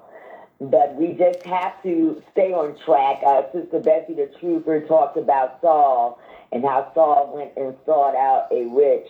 And, you know, this is things that happen. Like a lot of Christians, you have Christians dipping and dabbing in the dark realm because they can't wait for God or an answer from God, so they go and seek out other means. And so many of them have gone to a psychic and different things like that. And, hey, we have to learn how to wait on God and to follow his instruction and be obedient to him. And that's what we have to do. We can't go around dipping and dabbing into every entity because, and I'm saying entity because those types of things bring entities. And it brings in and it opens doors to evil, to the devil. And so there are many gateways and doorways for Satan to come in with his demons and minions. And so we have to be very careful in what we do with our lives and with our psyches and with our spirituality and how we look at religion and practice that. So, but again, excellent show, Terris. And I want to congratulate our International Internet Radio Hall of Fame broadcasting enshrinee, Terris Strength, on his 48th all-time connection record and 8th consecutive with the historic Darlene Lawrence Championship, honoring our late Hall of Famer, the wonderful Darlene Lawrence. So congratulations, Terris, your 48th WBNN all-time connection record. And this is the last week, everybody, of this year, okay? So next week, we're going to be into 2023, as a matter of fact. Well, again, I'm ahead of myself. We have another week. Next week is the last week. And I said that Sunday, too, okay? Okay, next week is the last week, okay, of the year 2022. So what have you done? Did you do anything in 2022 or not? You still have a few more days left. As the day is the 20th. Might as well say it's the 21st now. And so that means there are 10 more days left in this year. You have 10 more days to do something new. What you going to do? 2022 is almost over. So get busy and do what you need to do to become a better you. WBNN has advertising through Ngozi Time Multimedia. We're on Pinterest, Instagram, and Twitter at Ngozi_Time and Oladele Malewe Ngozi at Facebook. Any comments and suggestions for our wonderful programming tonight? Oladele.ngozi@my.com. For our mothers and fathers' favorite producer, Oladele Malewe Ngozi, I am WBNN Commissioner, Dr. Chinchilla J, saying good night, good luck to all the folks out there in Armed Forces Radio that support us on a constant basis. And stay tuned tomorrow night for Casual Chat with Ava Holly, 9:30 p.m. Eastern Standard Time right here on WBNN, or you can tune in at www.blogtalkradio.com. Now back to our International Internet Radio Hall of Fame, broadcasting in Shriney, Terris Strength. Thank you. I want to thank everyone that chimed in to this show. This show was actually a love story about a son and his mother, and finding out who she really was and how she chose to help people with the gifts that God gave her. So this story is not an indictment on her religious position or anybody else's religious position.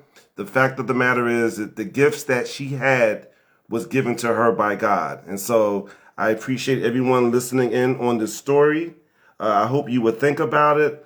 It's a great story before the holiday. It was very cathartic for my guests to talk about this and to put this out there and to honor his mother and how she was actually trying to help people, which seems to be lost on the ending of the show. The fact that she was helping people.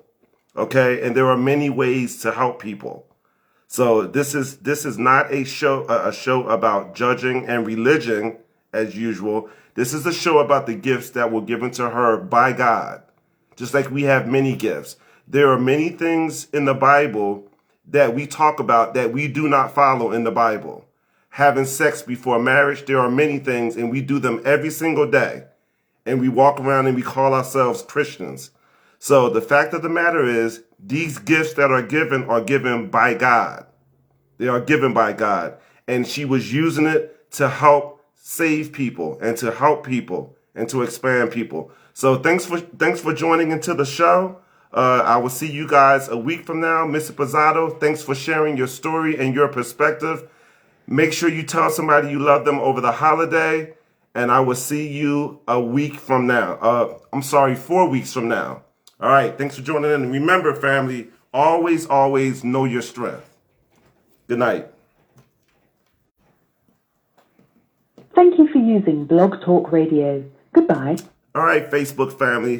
Thanks for joining in. I will see you guys in 4 weeks. Make sure you tell someone you love them.